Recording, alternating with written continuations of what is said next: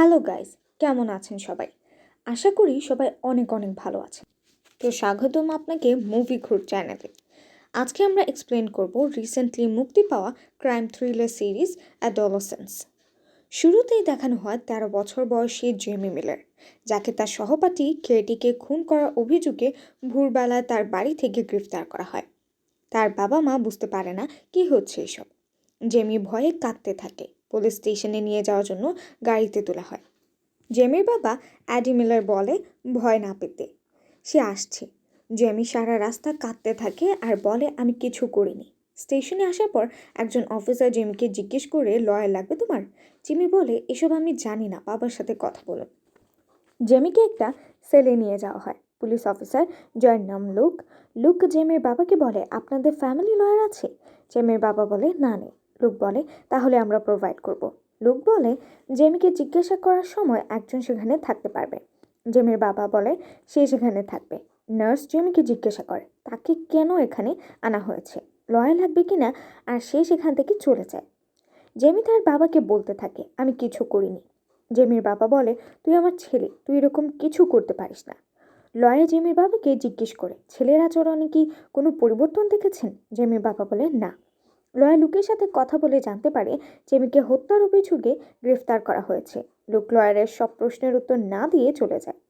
জেমির ছবি তোলা হয়, ব্লাড স্যাম্পল, ফিঙ্গারপ্রিন্ট নেওয়া হয়, আর জেমির জামা কাপড় খুলে তার বডি চেক আপ করা হয়।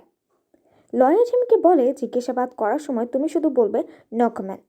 মনে রাখবে পুলিশ তোমাকে ফাঁসাতে চাইবে, কিন্তু আমি তোমাকে বাঁচাবো। শুরু হয় জিজ্ঞাসাবাদ।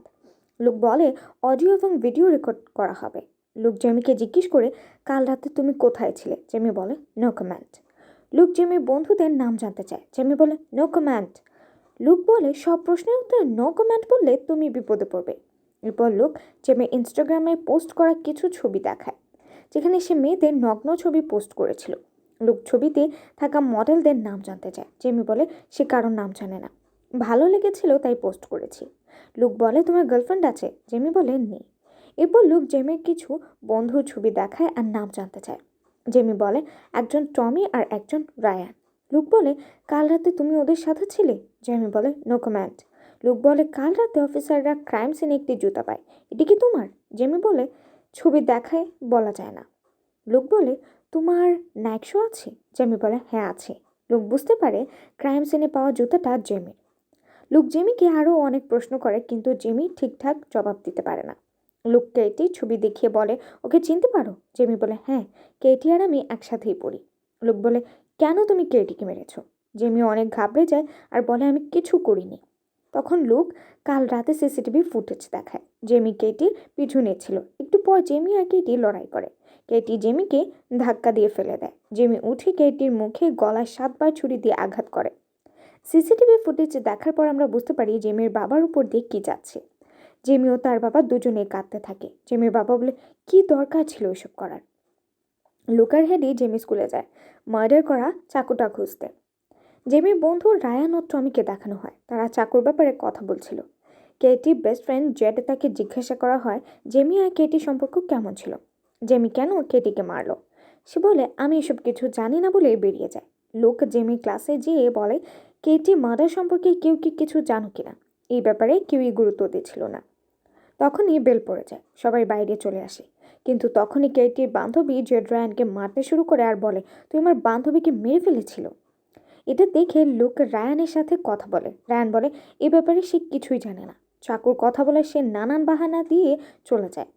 অ্যাডাম লুকের ছেলে, সে তার বাবার সাথে কথা বলার জন্য একটি রুমে যায় আর বলে তুমি ভুলভাবে ইনভেস্টিগেট করছো। লুক বলে তুমি জানো কেস সম্পর্কে? অ্যাডাম বলে ইনস্টাগ্রামে জেমির পোস্টে কেটি যে কমেন্ট করতো এর অন্য মানে আছে। ইমোজি দ্বারা কেটি জেমিকে বলতো তুই চিরকাল ভার্জিন থাকবি। এটা শুনে লুক বিশ্বাস করে না। অ্যাডাম বলে প্রতিটি ইমোজির আলাদা মানে আছে, যেমন রেড মানে ভালোবাসা, ব্লু মানে হর্নি। এটা আমাদের জেনারেশন ইউজ করে। কেটি জেমিকে ইনডিরেক্টলি বলে তুই সারা জীবন ভার্জিন থাকবি। লুক হ্যাডিকে সব বলে। হ্যাডি বলে সবাইকে এটিকে মনে রাখবে, জেমিকে না, এটা ভেবে আমার রাগ হচ্ছে। লুক বলে আমাদের আবার রায়ানের সাথে দেখা করা দরকার। লুক আবার ক্লাসে যায়। লুককে দেখে রায়ান জানালা দিয়ে পালাতে থাকে। কিছুক্ষণ দৌড়ানোর পর লুক রায়ানকে ধরে ফেলে। লোক জিজ্ঞাসা করে, চাকুটি কি তোমার ছিল? রায়ান বলে, হ্যাঁ, আমারই ছিল। মার্ডার করার পরামর্শ দেওয়ায় রায়ানকে অ্যারেস্ট করা হয়। এরপর 7 মাস কেটে যায়। এখনও জেমির উপর ট্রায়াল চলছে। সেখানে একজন সাইকোলজিস্ট আসে যার নাম ব্যালনি। সে এসে দেখে জেমি জেলে মারপিট করছে। ব্যালনি জেমির সাথে দেখা করে। এটা তাদের 5 নম্বর মিটিং, কিন্তু ব্যালনি এখনও বুঝতে পারে না রিপোর্টে কী লিখবে। ব্যালনি জেমির সাথে কথা বলে জানতে পারে তার দাদু আলফা মেল যে তার জীবন নিজে কন্ট্রোল করত, কোনো মেয়েকে করতে দিত না। জেমি বলে, তুমি রিপোর্টে কি লিখেছো আমাকে দেখাও। ব্যালনি বলে, এটা জজ পড়বে, তোমার মনে কি চলছে জানার জন্য। ব্যালনি জেমির বাবা সম্পর্কে জানতে চায়। জেমি বলে, বাবা একদিন অনেক রাগ করেছিল, কিন্তু তা দেখে আমার হাসি পাচ্ছিল। বাবার সাথে রাগ মানায় না। জেমি বলে, আমাকে এখান থেকে বের করতে পারবেন? ব্যালনি বলে, এটা আমার হাতে নেই। জেমি বলে, আমাকে কেন পাগলখানায় রেখেছে? রায়ানকে তো বাড়িতে রেখে ট্রায়াল করানো হচ্ছে, এটা বলে চিল্লাতে থাকে। ব্যালনি জেমির এরকম আচরণ দেখে ভয় পেয়ে যায় আর বলে, রায়ান খুন করেনি, তুমি করেছো। জেমি শান্ত হলে ব্যালনি বলে, তোমার গার্লফ্রেন্ড হলে কি করতে? কিস করতে? 18+ মুভি দেখতে? তাকে কোথায় টাচ করতে? জেমি কিছু বলে না। জেমি বলে, কেটির টপলেস ছবি ক্লাসে কেউ ছড়িয়ে দিয়েছিল। ব্যালনি বলে, ছবিগুলো দেখে তুমি কেমন ফিল করেছো? জেমি বলে, আমার ভালো লাগেনি, কারণ কেটি পুরো ফ্ল্যাট ছিল। ব্যালনি বুঝতে পারে 13 বছরের ছেলের মাইন্ড কেমন হয়ে গিয়েছে। জেমি আরও বলে, সে কেটিকে ডেটে যেতে অফার করেছিল, কিন্তু কেটি বলে সে যাবে না। ব্যালনি বলে, তাই তুমি একটা মেয়েকে মেরে ফেলবে? জেমি অনেক রেগে যায় আর বলে, আমি কাউকে মারিনি, একজন পুলিশ এসে তাকে নিয়ে যায়। এর পরের সিনে দেখানো হয় 12 মাস কেটে গেছে। আজ জেমির বাবার জন্মদিন। জেমির বাবা একটি চিঠি পাঠায়। সেখানে জেমি তার বাবাকে বার্থডে উইশ করছিল।